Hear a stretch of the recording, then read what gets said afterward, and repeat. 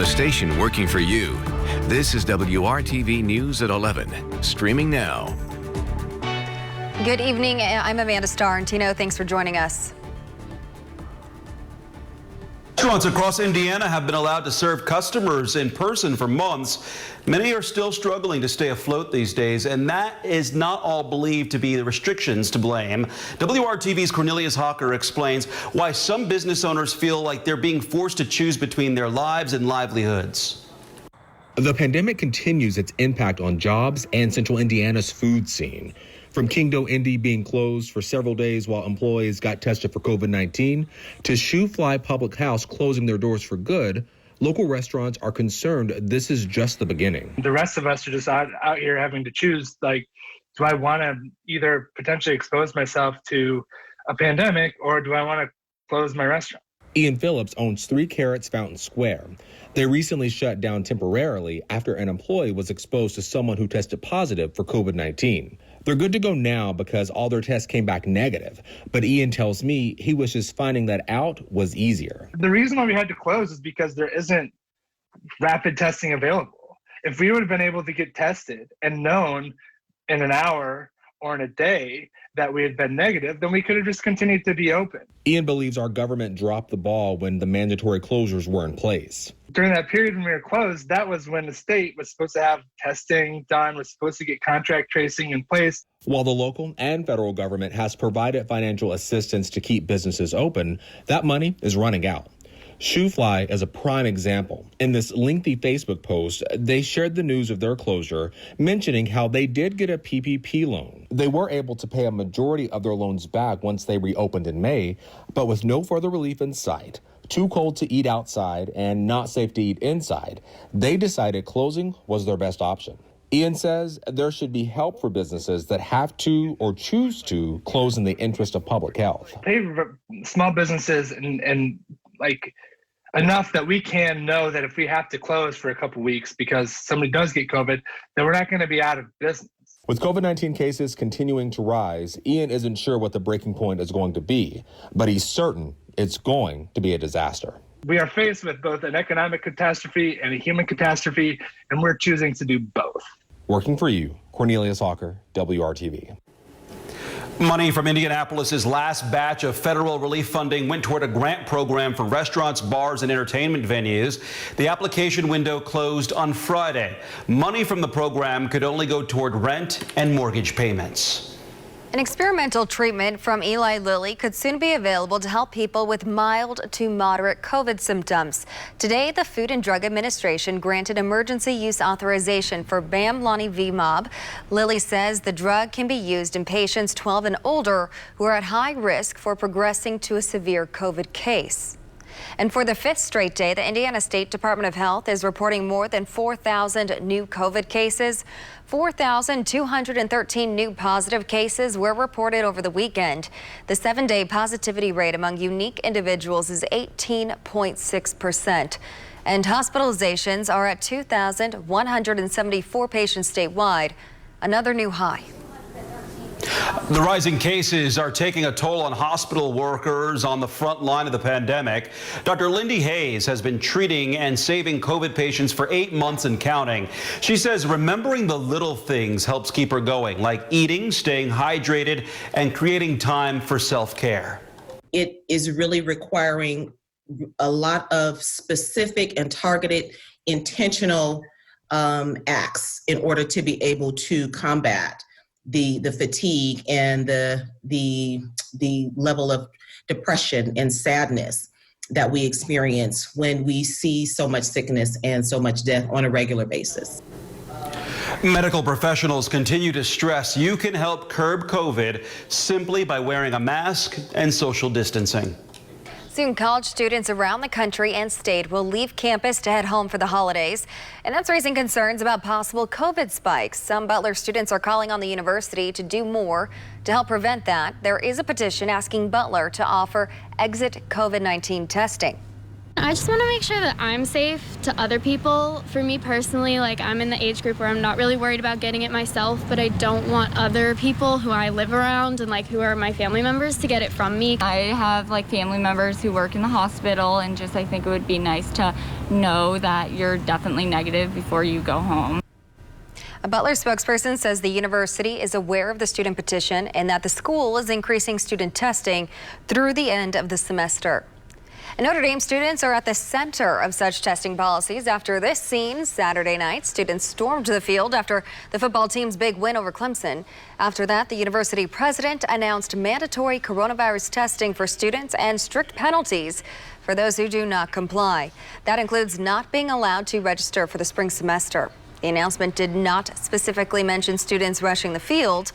Notre Dame President Reverend John Jenkins tested positive for COVID himself in recent months after attending a White House ceremony with no social distancing and without wearing a mask. President-elect Joe Biden is already planning on how his administration will tackle the pandemic. ABC's Rena Roy has the latest on that and President Trump's defiant attempts to contest the election. With 10 weeks to go until he assumes the highest office in the United States, President-elect Joe Biden is revealing his plan to control COVID-19. There's a need for bold action to fight this pandemic. We're still facing a very dark winter. Monday, he was briefed by his new coronavirus task force led by former Obama Surgeon General Vivek Murthy, David Kessler, who ran the FDA under Presidents George H.W. Bush and Bill Clinton, and Dr. Marcela Nunez-Smith, a professor of public health at Yale University. We'll follow the science. We'll follow the science. Let me say that again. And we'll adjust to new data when it comes in. And we'll listen and work in cooperation with governors and local leaders of both parties. Biden planning to ramp up testing, contact tracing, get more PPE for healthcare workers, and assess the racial disparities with the virus. This as drug maker Pfizer announces its vaccine is more than 90% effective in protecting recipients from getting infected, according to late-stage clinical trials. Meantime, world leaders embracing the new administration, including Canadian Prime Minister Justin Trudeau, who spoke with Biden by phone. However, many Republicans and President Trump remain defiant. This election is not over. Far from it. But President Trump and his team have presented no credible evidence of voter fraud. Republican Lieutenant Governor of Georgia telling CNN, "We've not had any sort of credible incidents raised to our level yet." The president also shaking up his staff, announcing on Twitter he fired Secretary of Defense Mark Esper. Nearly all of the Trump campaign's lawsuits since Election Day have been thrown out in court, but they are still expected to file more. Rena Roy, ABC News, Wilmington, Delaware. A request to allow the construction of warehouses near a residential area in Boone County appears to be off the table for now. The petitioner withdrew the zoning request completely at this evening's Whitestown Plan Commission meeting. We told you on the news at 6 the proposal would have asked to rezone about 365 acres of land from agricultural to light industry on the south side of County Road 300 South and the west side of County Road 575 East. The petitioner gave no explanation for the withdrawal and did not say whether they would resubmit a request later. WRTV Investigates is working to get answers for parents and child care providers who reached out for help. They're raising concerns about a state contractor not answering the phone and not processing vouchers. They say the state's CCDF eligibility contractor, Maximus, has been slow to recertify and process vouchers. That's federal money that helps low-income families afford child care. Many parents can't afford to pay full price. Long hold times on the phone and online chat are also a problem. Tots R Us on the east side has already lost 15 families off their CCDF roster, costing the business about $5,000 a month. And it's like a domino effect. If they can't pay out of pocket, they can't work. If they can't work, they can't feed their kids. So it's a domino effect, and it's very important. And I just feel like, I don't know if Maxima's staff need more training, more staff, so wherever the help is needed, we should get help fast, everybody. Maximus told us, quote, the combination of the global pandemic and multiple open enrollments to address the child care needs of families post-COVID has resulted in longer than normal wait times. Maximus immediately implemented several improvements to process applications more quickly. We have increased staffing, established new procedures and processes, and introduced digital enhancements designed to help individuals access services in a timely manner, end quote. The Virginia-based company has been the state's eligibility contractor since October of last year. They can be paid up to $5.1 million a year, depending on the number of Indiana families they serve. FSSA is asking providers with concerns to reach out to their Office of Early Childhood and Out-of-School Learning. That number is 317-232-7112. You can also email carrie.gray@fssa.in.gov. Much colder air is just a couple states away. You see it pushing into Iowa. When it will arrive at your house, coming up. Did you know Indiana Avenue in downtown Indianapolis was once home to a thriving black business community? Next, why there are fears that a proposed project could further erase the area's rich history. After months of working from home, you may find it difficult to separate your work life from your home life. A little later, how a fake commute could help. And WRTV is your home for the 54th annual CMA Awards. The show will be broadcasted live from the Music City Center in Nashville, Tennessee, hosted by Reba McEntire and Darius Rucker. That's Wednesday night at 8 only on WRTV.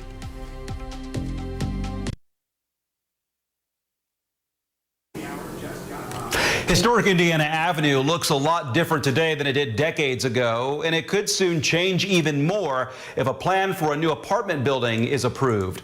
WRTV's Cameron Riddle explains why some people believe the new development for the future could erase the life of the past. The Indiana Avenue district of Indianapolis is undeniably historic, but if you blink, look the other way, or just drive a little too fast, you might miss it.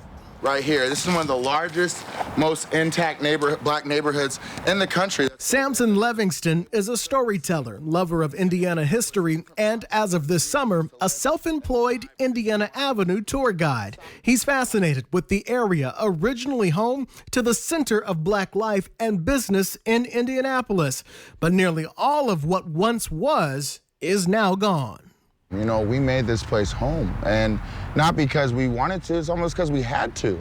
We have to find a place to make home, a place to have a community, a place to go to church, a place to do business, a place to see shows, a place to come up with new ideas and go to school, and that was right here. The music of famous jazz musicians, the commerce of business from residents like Madam C.J. Walker, and the community, which housed thousands of black Hoosiers, now lives only in pictures and memories. Some fear a 5-story apartment building and retail space proposed to sit in between the Walker Legacy Center and the Indianapolis Urban League will further erase the historic black culture that has already taken a blow from gentrification and the growth of nearby IUPUI.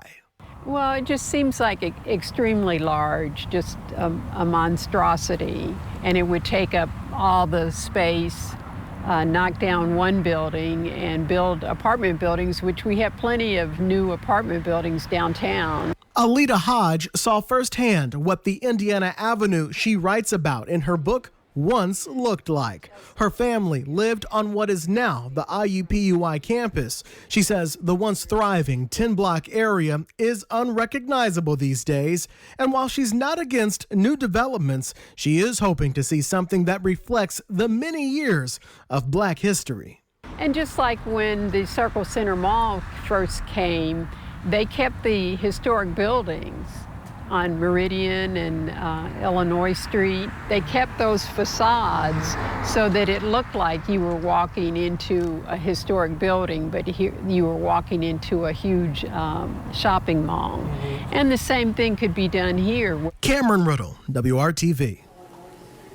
Well, tomorrow night, Indiana Landmarks is hosting a virtual information session on the proposed apartment building. Alternative design plans for the structure will also be examined, which some believe will be a better fit for the historic area. Well, go ahead and surprise yourself. Step outside and just feel how warm it still is. Temperatures well above our average high for the day. We're still 10 degrees above that. It's 68 in Indy, 70 in Muncie. Let's talk about the changes that are on the way. Your Tuesday headlines. Another record is likely. Rain and thunderstorm chances will increase tomorrow night into the early overnight, and it will be a warm wind through the day tomorrow, gusting at about 30 miles per hour. Predicted high tomorrow, 75. The record high, also 75. That set back in 1949. The cold front that will generate some rain, a brief period, maybe some thunderstorms, but it will definitely deliver the colder air for Wednesday and the rest of the work week. Look at that shocking change. Kansas City's at 70, while Lincoln, Nebraska is at 33 degrees. That colder air will sweep in here on Wednesday. Temperatures tomorrow, mid-70s. We'll be lucky to make it to the mid-50s Wednesday. It won't feel that warm because of a cold northwest wind, 56 for the high. Rainfall chances tomorrow ahead of the cold front will increase after dark, but be most likely about this time tomorrow night in Indy, a little earlier to the west. There's 9 o'clock lining up, this pencil thin line moving to the east. An isolated severe storm can't be ruled out. 1 o'clock in the morning east of Indy, and then by 3, departing the state and allowing the colder air to filter in. Right now, to our west, the marginal or low risk for severe storms tomorrow. Wouldn't be surprised if that moves a bit to the east from there. Not a lot of rain expected, under 1/4 of an inch, because this will be a fast-moving weather system. Once the 50s arrive, they're here. We'll start a new stretch of days from Wednesday through Saturday. That's also a dry stretch. The chance for rain will come back up on Sunday with a high of 62 degrees. One more warm day. Enjoy it. Okay, good to know. Thanks, Kevin. WRTV's Rebound Indiana initiative is looking at ways consumer habits are shifting due to COVID-19 and how those changes are forcing local businesses to pivot to make those ends meet. Now, Mallow Run Winery is a family-owned agritourism destination in Bargersville. When the shutdown started back in March, Mallow Run was classified as a bar or nightclub because it does not have a designated kitchen on site. Owners and workers had to get creative to survive months of mandatory closures. So they came up with a drive-through case sale. Loyal customers came out in droves. It blew us away. It was kind of the hope that we needed to get through what would end up being the next several months of being closed. Now, Mallow Run is open to guests with social distancing and mask requirements in place. The business is a member of Indiana Grown, which promotes local agriculture. Indiana Grown has been working to help local producers adjust in the pandemic. We have more resources from them on our website at WRTV.com/rebound. And tomorrow we will look at how a small local farm completely reworked its business model to survive COVID-19. Some people have been working from home for months, and they're actually starting to miss the morning commute. That has prompted a growing trend called fake commutes. Scripps reporter Alicia Nieves shows us what that means and why experts say it's a good idea. Daily treks on the train and rush hour traffic jams have almost always made the work commute dreaded. So when most people had to start working from home, no commute was welcomed. At first, I didn't miss it. I thought, oh, well, my workday starts the same time as I wake up, which was nice at the time. Joshua Chikasawa is an accountant from California who went from an hour-long 10-mile bike ride to work each day to work at his fingertips within minutes. But that got old fast. Even though I don't have to bike to an actual destination or anything like that, I've been just going on a bike ride in general for like an hour or so. No pure destination in sight. Sometimes I'll bike by the office that I'm supposed to be at. He's now getting up at 5 a.m. again and does what's being called a fake commute. It's just forcing myself to get out of bed so I'm actually going outside and having like a real start to my day like I used to, instead of just rolling to my laptop and starting the work day without having any sort of real distance between my personal life and work. You might be surprised how normal these fake commutes are becoming. I've actually heard this from a lot of my friends and colleagues. Jan Yahimovich is a professor at Harvard University. There's this tension that we're experiencing right now where we are actually getting to understand that even though we hate the commute, like in like yesteryear times when we actually went to the office and stuff, there was actually also something valuable about it. Yahimovich recently published research showing the benefit was the time it gave us to transition between personal life and work. That transition period in this new normal can now be replaced with a fake commute or a new pre- and post-work ritual. I don't think it actually matters what exactly it is. It really doesn't. It can be as easy as, I don't know, putting on work clothes, which is what I do. Companies are even starting to see the need for this. Microsoft recently announced it's going to add a virtual commute feature to its Teams platform to help workers transition in and out of work mode, although not fully detailing what that virtual commute will look like. I'm Alicia Nieves reporting.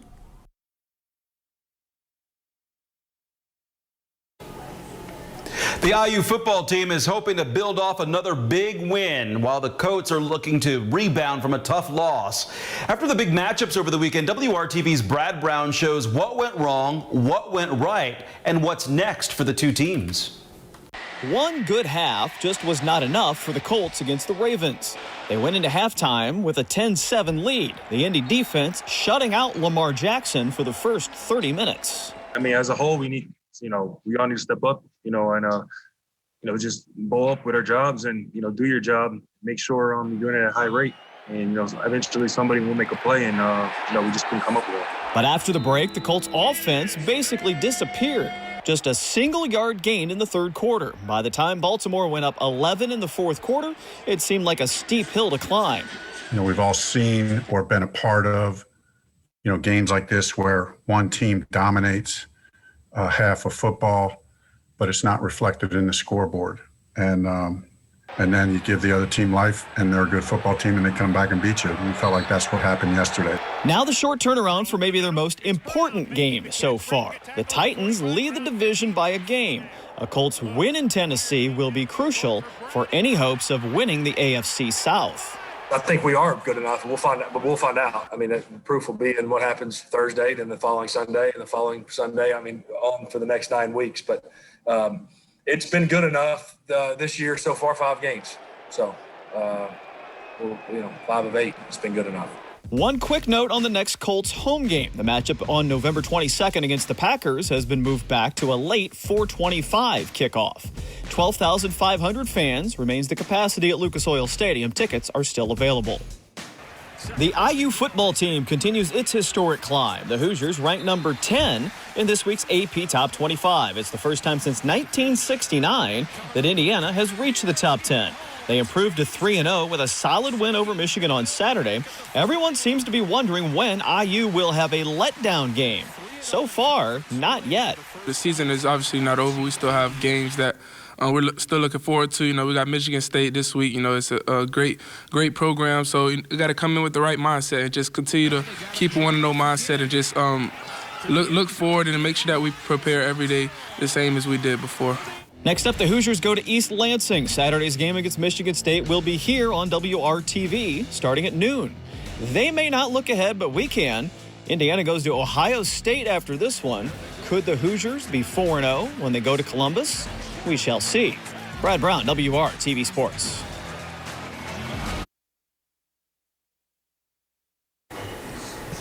WRTV's annual toy drive kicks off on Saturday at the Christmas Nights of Lights display. The drive-through light show is at the Indiana State Fairgrounds. $1 for every ticket sold on Saturday will go to the WRTV toy drive. Kevin. I will be there on Friday night. I'll give you a preview. I'll be able to check it out myself. Looking forward to that. I'm coming out of the Studio Avon basement to end the work week. Temperatures tomorrow, mid-70s, rain tomorrow night, and then much colder after that. Amanda? Thanks for making WRTV your choice for news. Good Morning Indiana starts at 4:30. Good night.